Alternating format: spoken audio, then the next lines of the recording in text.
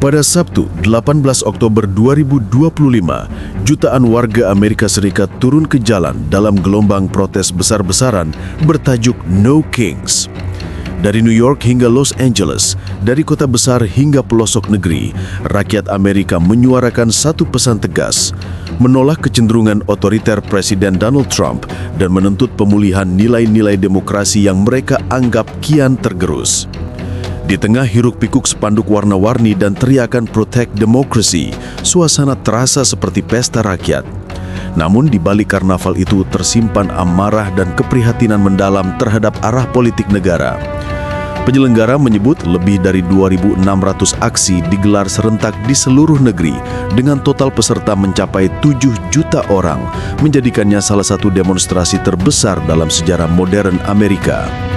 Leah Greenberg, salah satu pendiri gerakan Indivisible yang menjadi motor utama aksi ini, menegaskan tidak ada yang lebih Amerika daripada mengatakan kami tidak punya raja.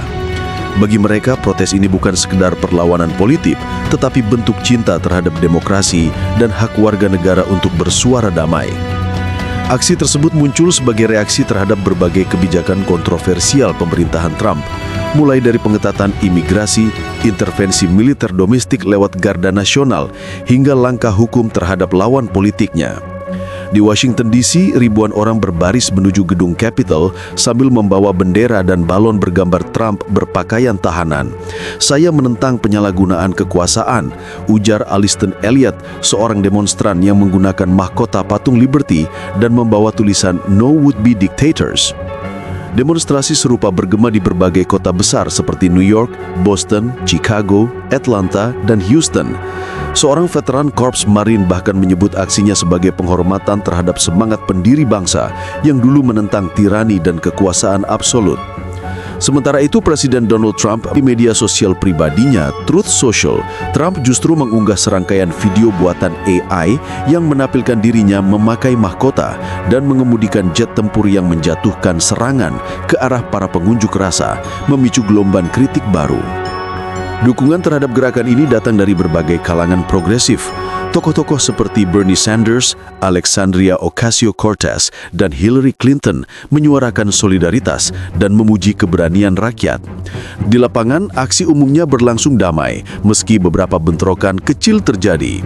Di Los Angeles misalnya, polisi menembakkan peluru karet dan gas air mata untuk membubarkan kerumunan di pusat kota setelah malam tiba.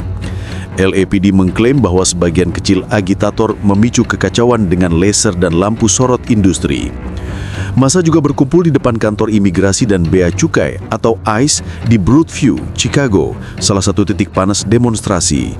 Polisi menahan 4 orang setelah mereka menolak membubarkan diri menjelang jam malam. Di tempat lain, sekitar 15 orang juga diamankan karena pelanggaran ketertiban. Aktivis menegaskan bahwa aksi mereka sah secara konstitusional sebagai bentuk kebebasan berpendapat yang dijamin hukum. Di luar negeri, solidaritas terhadap protes No Kings bergema di depan kedutaan besar AS di London, Madrid, dan Barcelona. Para pendukung meneriakkan slogan pro-demokrasi dan menolak otoritarianisme, menunjukkan bahwa kekhawatiran terhadap arah demokrasi Amerika telah menjadi perhatian dunia. Di tengah polarisasi yang semakin dalam, rakyat Amerika menunjukkan bahwa semangat demokrasi masih hidup. Mereka menolak diam di hadapan kekuasaan yang dianggap melampaui batas, menegaskan kembali prinsip lama bangsa mereka, tidak ada raja, hanya rakyat yang berdaulat.